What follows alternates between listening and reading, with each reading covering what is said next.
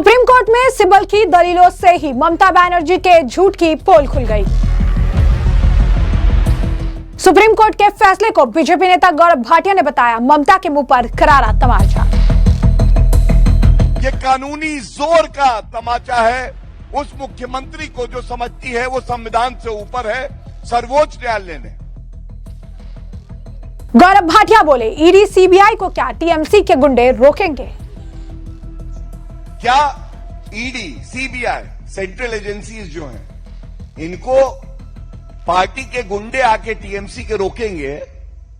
इनको स्टेट की पुलिस जो कि ममता बनर्जी के आदेश का पालन कर रही है, क्या वो रोक सकते हैं? तो पॉलिटिकल कंसल्टेंसी फर्म आईपैक के ऑफिस और उसके को फाउंडर प्रतीक जैन के घर पर रेड मामले में आज सुनवाई करते हुए सुप्रीम कोर्ट के जज ने सीनियर एडवोकेट कपिल सिब्बल को फटकार लगाई और साथ ही साथ कोर्ट के अंदर जो दलीलें दी गई उस दलील से ही ममता बनर्जी के झूठ का पर्दा फाश हो गया, उनकी पोल खुल गई।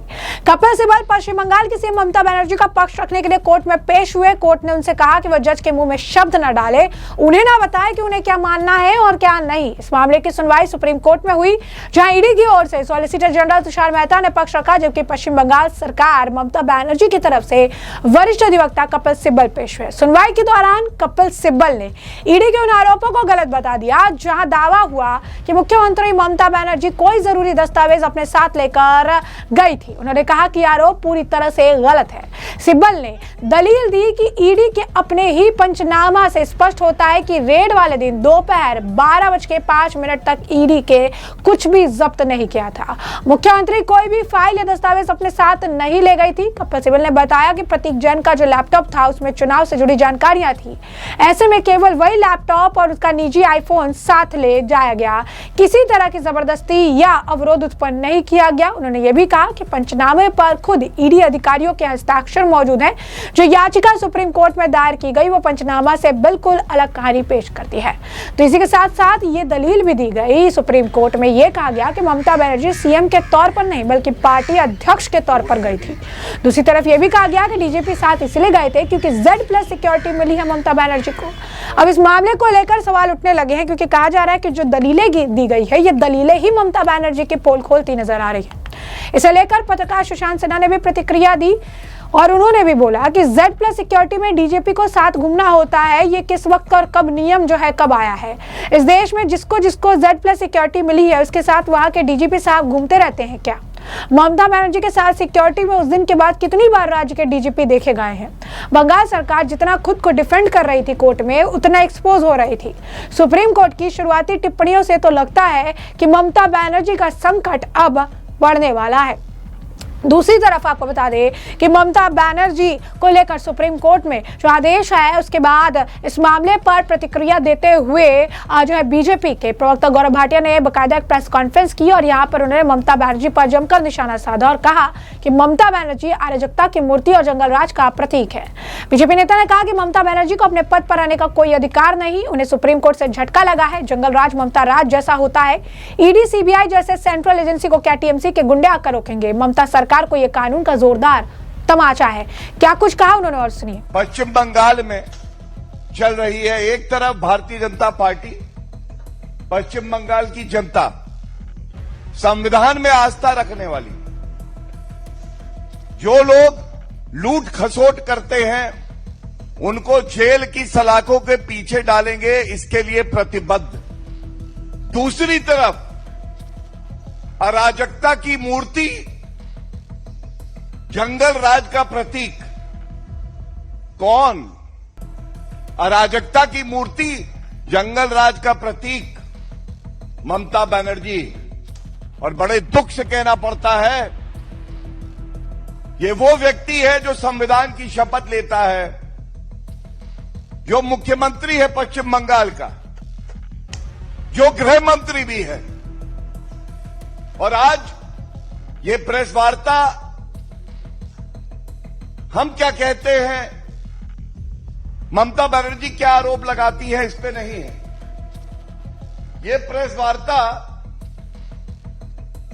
आज इस बात पे है कि सर्वोच्च न्यायालय से एक करारा झटका ममता बनर्जी को लगा है और ये ऐसा झटका है जिससे स्पष्ट हो गया है जंगल राज कैसा होता है।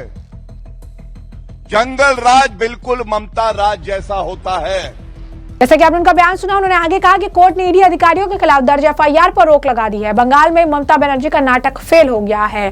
सुप्रीम कोर्ट ने कहा है कि अगर ऐसी घटनाओं को रोक नहीं लगाई गई तो अराजकता की स्थिति बन जाएगी। ममता बनर्जी की पार्टी का नेता लोग जो है वो लोगों को मैसेज भेजते हैं कि हाईकोर्ट पहुंच जाओ। गुंडागर्दी से डराने की कोशिश की। पश्चिम बंगाल में जंगल राज है। जंगल राज ऐसा होता है जहां मुख्यमंत्री डराती है, पुलिस और प्रशासन गैर कानूनी काम करता है। जंगल राज ऐसा होता है जहां पर कोर्ट में भी सुनवाई नहीं हो पाती है। क्या कुछ कहना है गौरव भाटिया का, सुनिए। आज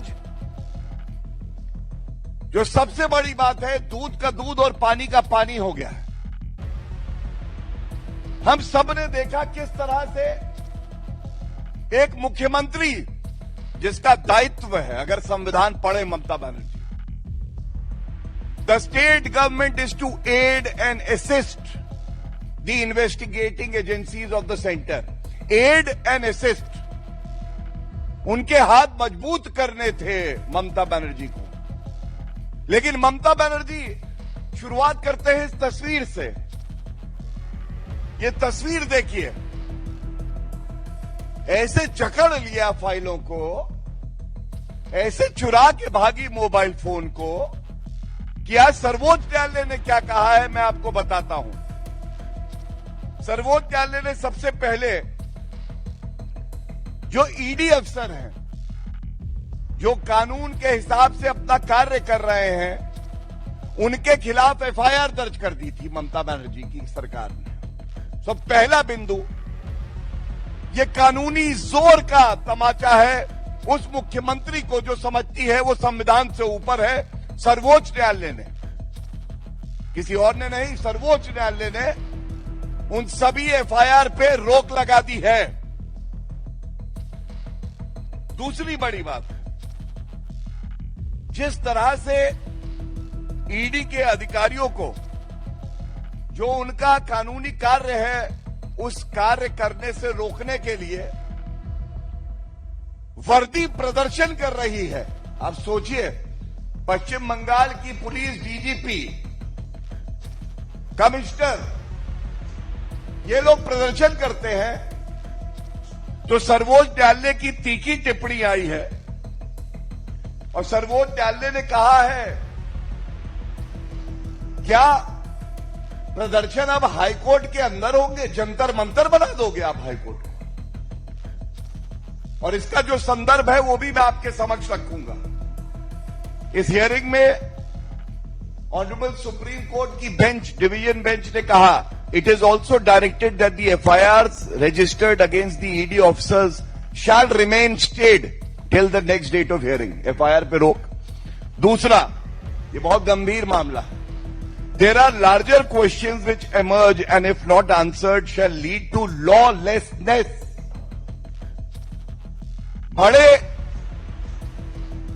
कानूनी प्रश्न उठ रहे हैं, संवैधानिक प्रश्न उठ रहे हैं और अगर इसका उत्तर नहीं दिया गया तो अराजकता की स्थिति पैदा हो जाएगी। ये सर्वोच्च न्यायालय की खंडपीठ कहती है। If central agencies are working bona fide to probe a serious offence, a question arise, can they be obstructed by party activities? क्या ईडी, सीबीआई, सेंट्रल एजेंसीज जो हैं, इनको पार्टी के गुंडे आके टीएमसी के रोकेंगे? इनको स्टेट की पुलिस, जो कि ममता बनर्जी के आदेश का पालन कर रही है, क्या वो रोक सकते हैं? ये सवाल उठाया सर्वोच्च न्यायालय ने अपनी टिप्पणी में। तीसरा, having heard learned counsels, we are of the prima facie view that present plea has raised a serious issue relating to the investigation by ED and its interference by state agencies. Prima facie, प्रथम दृष्टया, police जिसको ED के हाथ मजबूत करने थे, क्योंकि ये 2742 करोड़ रुपए का जो घोटाला हुआ है उसकी प्रोब चल रही है, तो वही दखल कर रहे हैं, वही डरा रहे हैं, वही रोक विवेचना को रोक रहे हैं। ये कैसा जंगल राज है पश्चिम बंगाल में? ममता बनर्जी को उत्तर देना चाहिए। आज सर्वोच्च न्यायालय ने आईना दिखा दिया है और इसके बाद बेंच कहती है इट इज ऑल्सो सबमिटेड, और ये बहुत अहम है। और ये लाइन मैं पढ़ूं उससे पहले मैं जरूर बताना चाहूंगा, एक पिटीशन हाईकोर्ट में फाइल हुई थी जो ऑल इंडिया तृणमूल कांग्रेस ने करी हाईकोर्ट में। तारीख नोट करिए, 9 तारीख को, 9 जनवरी को सुनवाई होने से पहले जो तृणमूल कांग्रेस का लीगल सेल है ममता बनर्जी के इशारे पर व्हाट्सएप मैसेज भेजता है, जिसका संज्ञान आज सर्वोच्च न्यायालय ने लिया है और कहता है सभी हाईकोर्ट पहुंच जाओ। गुंडागर्दी देखिए, हमारे देश की संवैधानिक उच्च न्यायालय को गुंडों से डराने का प्रयास करते हैं। और जो बात सर्वोच्च न्यायालय ने संज्ञान ली, उच्च न्यायालय क्या कहता है सुनिए, और इसीलिए पुनः कहूंगा, ये ममता बनर्जी जंगल राज का प्रतीक है, अराजकता की मूर्ति है। और जंगल राज कैसा होता है? बिल्कुल ममता राज जैसा होता है। This is what the Calcutta High Court has to say in its order of 9 Jan 2026, and I am quoting from that order. The environment in the courtroom is not conducive to comments continue with the hearing. और इससे पहले जो कहा है, at this juncture a huge number of learned advocates as well as other persons enter the courtroom and create enormous disturbance and commotion. Several requests made by the court to maintain the decorum and the dignity of the court so that the matter can be taken up for consideration fell on deaf ears. मतलब WhatsApp से message भेजे गए, TMC के गुंडे court के अंदर आते हैं, माननीय न्यायाधीश को डराने का काम करते हैं, और जब निर्भीकता से कोई न्यायाधीश नहीं डरता है तो वहां इतना शोरगुल हल्ला मचाते हैं कि उच्च न्यायालय को अपने आदेश में कहना पड़ता है जो वातावरण अभी यहां बना हुआ है ये शांतिपूर्वक सुनवाई के लिए उचित नहीं है। ये पेशे से वकील हूं, वरिष्ठ अधिवक्ता हूं, 22 साल की वकालत में मैं बता सकता हूं मैंने ऐसा नहीं देखा कि कोर्ट रूम के अंदर नारे लगाए जाए, अराजकता हो।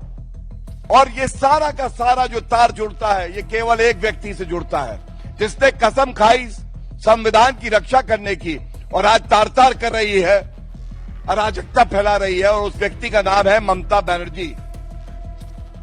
तो जैसे कि आपने देखा कि उन्होंने ममता बनर्जी पर जमकर निशाना साधा, वो यहीं नहीं रुके, उन्होंने आगे भी अपनी बात रखी और ये उन्होंने कहा कि टाइमिंग को लेकर इससे पहले भी सवाल उठते रहे हैं लेकिन कहीं से कोई राहत नहीं मिली। ये हैरतअंगेज बात है कि टीएमसी का दफ्तर एक प्राइवेट लिमिटेड कंपनी के यहाँ से चल रहा था। ममता बनर्जी जो तमाम गोपनीय दस्तावेज है वो प्राइवेट कंपनी के दफ्तर में रखती है।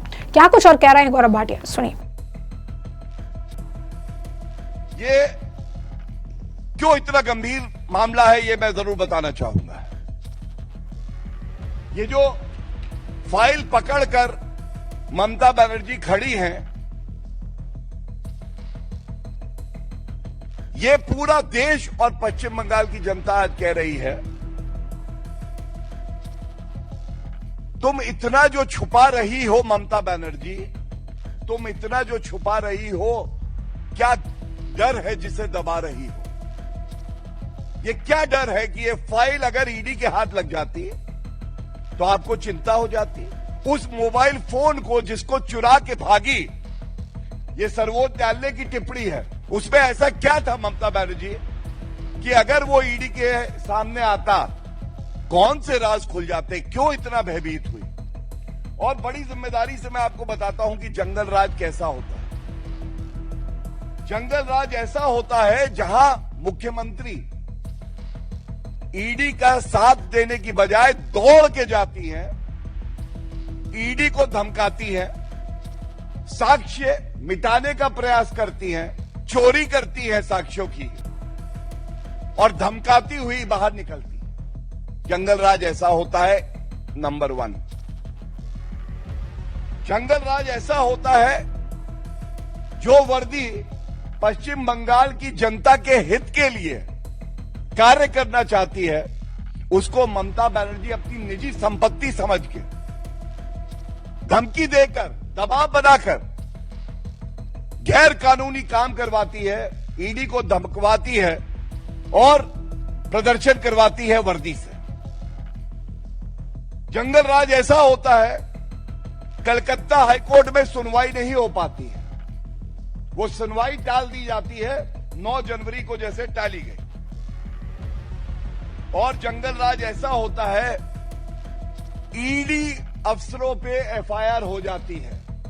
मैंने आपको 4 बिंदु बताए, ये केवल और केवल ममता राज में अराजकता की मूर्ति उन्हीं के राज में हो सकता है। तो ऐसे में आपने तमाम बयान सुन लिए और हमने आपको जो पूरा मामला है ये बड़ा विस्तार से बता दिया है कि पूरा मामला क्या है। इस पूरे मामले पर अब आपकी भी जो राय हो सेक्शन में कमेंट करके जरूर से जरूर साझा करिएगा।